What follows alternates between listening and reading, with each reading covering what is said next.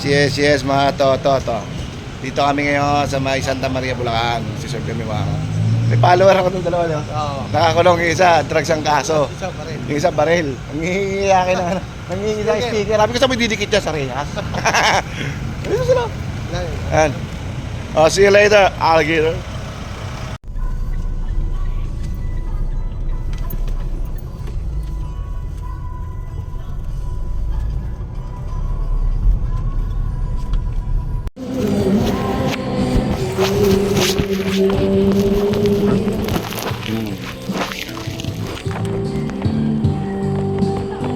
Baby mo ka na dyan. Diyan may matanda. Ayun, nakabulgap. Tinan mo yung nakabulgap. Oo. Nandyan.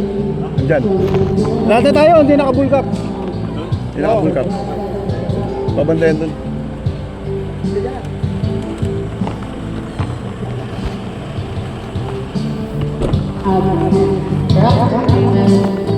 You can tell the place inside the that you cry. You ask me how, ask me why. Some are friends, some are yours, some echo.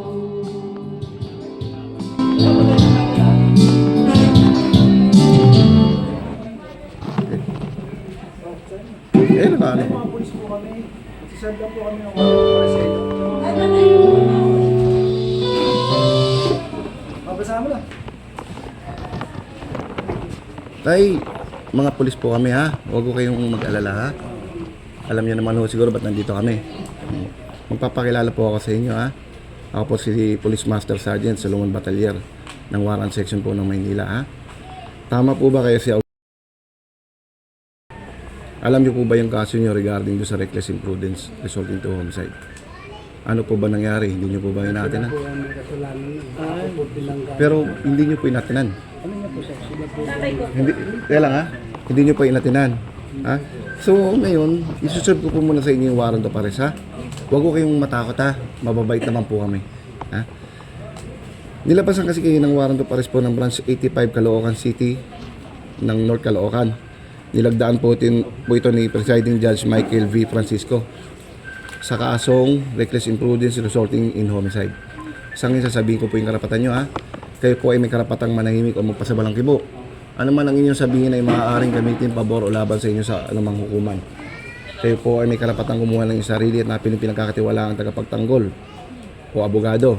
Kung kayo walang kakayanan, ito'y pagkakalob sa inyo ng gobyerno, naintindihan niyo po.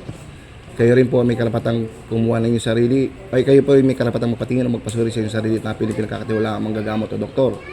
Kung kayo walang kakayanan, ito'y muling pagkakalob sa inyo ng gobyerno, naintindihan niyo? Ha?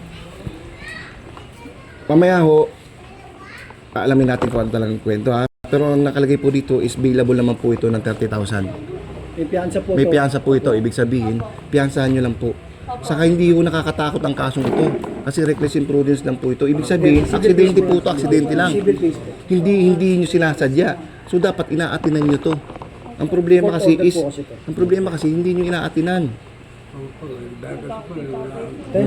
Relax lang po kayo tayo mga kaibigan. Huwag ko kayo mag-alala, hindi siya maano. Bigyan natin silang kopya. Ito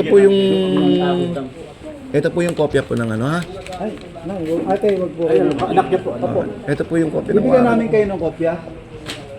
Kasi ito pong ano niya is bailable naman po. Dapat hindi niyo tinataguan. Natakot kayo. Yun nga yung lagi ko sinasabi. Pagdating kasi sa warrant of arrest, nakakatakot ha. mga mukha kaming artista, di ba? Hindi po ba? Huwag ko kayo matakot ha. Sa ngayon po sama po kayo na maayos. Hindi na po namin kayo poposasan Tay, sa Malate Police Station na yun po. Ha? I-return warrant natin gagawin po. sumama may sasakyan Isa lang po. O gusto nyo? Hindi, sagot po kayo. Kung meron, halimbawa may sasakyan. Sa Mumbai po kayo, pero hindi na po kayo kasi sa sasakyan Oo, kasi namin. pito kami.